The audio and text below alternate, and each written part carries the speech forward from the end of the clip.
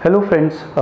मैं doctor Sachin Jain, sports and ligament injury specialist Jaipur से। आज हम बात करेंगे most common cause of Shin splint. Basically Shin splint जो होते हैं ये बहुत ही कॉमन प्रॉब्लम है आर्मी पर्सन्स में, पुलिस मैन्स में, या जो भी आपके रनिंग वाले जो भी एथलीट्स है, मैराथन रनर्स या क्रॉस कंट्री रनर्स, इन रनर्स में, इनमें सब में शिन स्प्लिंट का कारण बहुत ज़्यादा आता है। हमारे पास जब भी पुलिस भर्ती होती है तो 20 से 25 पेशेंट्स आ जाते हैं कि सर हमारे शिन स्प्लिंट है और हमें 5 किलोमीटर दौड़ना है, प्लीज़ हमें कुछ दवाइयाँ दे दे ताकि हम वो 5 किलोमीटर दौड़ लें और हमारे पेन नहीं हो, या हमको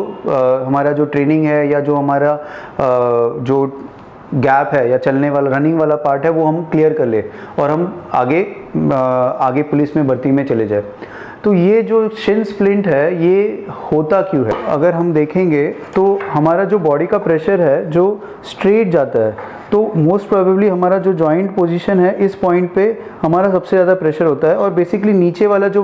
पैर है एंकल के ऊपर, उस एरिया में हमारा जो प्रेशर है वो पड़ता है, वो सबसे ज़्यादा प्रेशर पड़ता है। तो वो प्रेशर पड़ने की वजह से वहाँ पे chronically long period of time पे उसमें प्रेशर बिल्डअप होना शुरू हो जाता है, और जब प्रेशर बिल्डअप होना शुरू हो जाता है तो हड्डी में सूजन आना शुरू हो जाती है, और जब हड्डी में सूजन आ जाती है तो वो over a period of time pain होती है। कभी भी कहीं पे भी आपको चोट लग जाए या सूजन आ जाए तो हम क्या करते हैं कि हम उसको रेस्ट देते हैं, उस पार्ट को यूज़ में नहीं लाते हैं, कंटिन्यू उसको छेड़ते नहीं है, नहीं तो क्या होगा कि वो सूजन बढ़ जाएगी, पेन बढ़ जाएगा। तो हड्डी में जो सूजन आ रही है उसके ऊपर हमारे पास तो टाइम गैप कम है ना, कि ट्रेनिंग जल्दी आ रही है तो हमको और भागना है, तो हम करते हैं कि और क्या करते हैं, जो सूजन है उसमें भी हम और ट्रेनिंग करते हैं और भागते हैं, तो उसमें क्या होता है कि जो सूजन है वो बढ़ जाती है। अब ऐसा होता है कि इस पॉइंट ऑफ टाइम पे भागने के बाद में आपको चला भी नहीं जा रहा है, भागने की बात तो छोड़ ही दो, चला भी नहीं जा रहा है, क्योंकि इतना पेन आ गया, इतना सीवियर आपका तीव्र दर्द आ रहा है कि आप चल भी नहीं पा रहे हो। तो आपको स्ट्रेस हो जाता है कि अब हम कैसे करेंगे इसको कंप्लीट।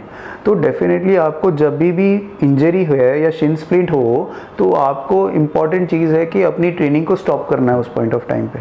आपको रनिंग नहीं करना है, जॉगिंग नहीं करना है, आपके बोन में जो स्वेलिंग है या मसल्स में जो स्वेलिंग है उसको आपको हील होने देना है, चाहे वो 2 दिन हो, 3 दिन हो, उसको आपको कंटिन्यू रनिंग नहीं करना है। आपको कूल पैक्स लगाना है उस एरिया में, उसको आपको सूजन कम होने देना है, और आपको स्टैमिना बढ़ाना है या एक्सरसाइज करनी है तो करो, बट रनिंग वाली एक्सरसाइज मत करना उस टाइम पे, बिकॉज अगर आपने रनिंग कर ली तो आपको दिक्कत होगा। उसके बदले आप करो स्विमिंग या साइकिलिंग करो, जिस पे आपके बॉडी का वजन जो है वो टीबिया बोन पे या शिन स्प्लिंट पे नहीं जाए।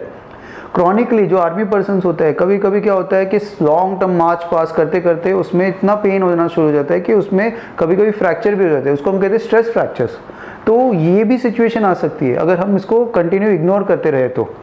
और बहुत बारी वाटर में भी डिफरेंस होता है, कभी कभी क्या होता है कि किसी स्टेट के वाटर में समझो फ्लोराइड लेवल्स बढ़ गए तो उसके बाद में जो बोन है वो थोड़ा हार्ड होना शुरू हो जाता है, और अगर वो हार्ड हो जाता है तो उसकी टूटने की संभावना शुरू हो जाती है। देखो, अगर आपको मैं उदाहरण तौर पे बोलूँ कि लकड़ी है, लकड़ी हार्ड है बट उसको अगर गिरेगी तो टूटेगी नहीं। सेम चीज़ अगर कांच है, कांच हार्ड है बट अगर वो नीचे गिरेगी तो टूट जाएगी। तो hard glass is hard but brittle. So ये चीज़ हमारे हड्डी में हो जाता है। अगर कोई फ्लोराइड लेवल्स बढ़ जाए और हमारे क्रॉनिकली पानी में हमारे बोन्स के ऊपर फ्लोराइड का डिपोजिशन हो रहा है तो वो स्ट्रेस ज़्यादा हो जाती है और उसके टूटने की संभावना भी ज़्यादा हो जाती है। तो उसका तो हम ज़्यादा कुछ नहीं कर सकते, बस इतना ही है कि पानी को हमको थोड़ा सा फिल्टर करके अच्छे से पीना चाहिए, और बाकी चीज़ों को हमारे प्रिकॉशंस में ध्यान देना चाहिए कि इसको चीज़ों को अपने को ध्यान रखें। कंटिन्यू अगर अपने को शिन स्प्लिंट के बारे में इसको ठीक कराना है तो अपने डेफिनेटली आपके डॉक्टर को दिखाना चाहिए और अपने एक्सरेज करानी चाहिए दोनों पैरों में, और उसमें अगर कोई पेन है, सूजन है और अगर नहीं होता है तो एक्सरे में हमको बहुत बारी उसमें स्ट्रेस लाइंस दिखती है, और स्ट्रेस लाइंस का मतलब है कि वो क्रॉनिकली आपका इंजर्ड हो रहा है, तो आपको उसको ध्यान देना है और अपने डॉक्टर की सलाह लेके उसको प्रिकॉशनरी ध्यान रख के उसको ठीक कराना है। सेम चीज़ अगर ये बहुत टाइम से ठीक नहीं हो रहा है, तकलीफ नहीं कम हो रही, तो हम इसमें एमआरआई कराते हैं। तो जब एमआरआई कराते हैं तो उसमें डेफिनेटली हमारा जो प्रॉब्लम है उसकी जड़ तक हम जाते हैं और उसको जो भी प्रॉब्लम है या जितना भी टेयर है या जितना भी हड्डी में स्ट्रेन है वो पता चलता है, और उसके बाद हम मेडिसिन भी देते हैं बोन स्ट्रॉन्ग करने की या हड्डियाँ स्ट्रॉन्ग करने की, जिससे आपका जो पेन है, जो स्वेलिंग है, वो कम हो जाती है और आप वापस से खेलना शुरू कर देते हो। बट शॉर्टकट में मत जाओ। अगर आप शॉर्टकट में जाओगे कि भाई आप इसको कोई इंजेक्शन ले लो, कोई लोग स्टेरॉइड के इंजेक्शन भी लगा लेते हैं, कोई चीज़ें मेडिसिन खा के भागना शुरू कर देते हैं, बट ये शॉर्टकट जो है ये आपके पेन को बढ़ाएगी और आपकी और भी चीज़ों को ख़राब करेगी। तो डेफिनेटली आपको हमने शिन स्प्लिंट के बारे में कुछ जानकारी आपको मिली है। आपको ये अगर वीडियो अच्छा लगा है तो प्लीज़ इसे लाइक करें, सब्सक्राइब करें हमारे चैनल को, और आपको और कोई वीडियोस बनाने हैं तो प्लीज़ हमें कमेंट सेक्शन में मेंशन करें ताकि हम इसको और आपको जानकारी दे पाए। Thank you so much.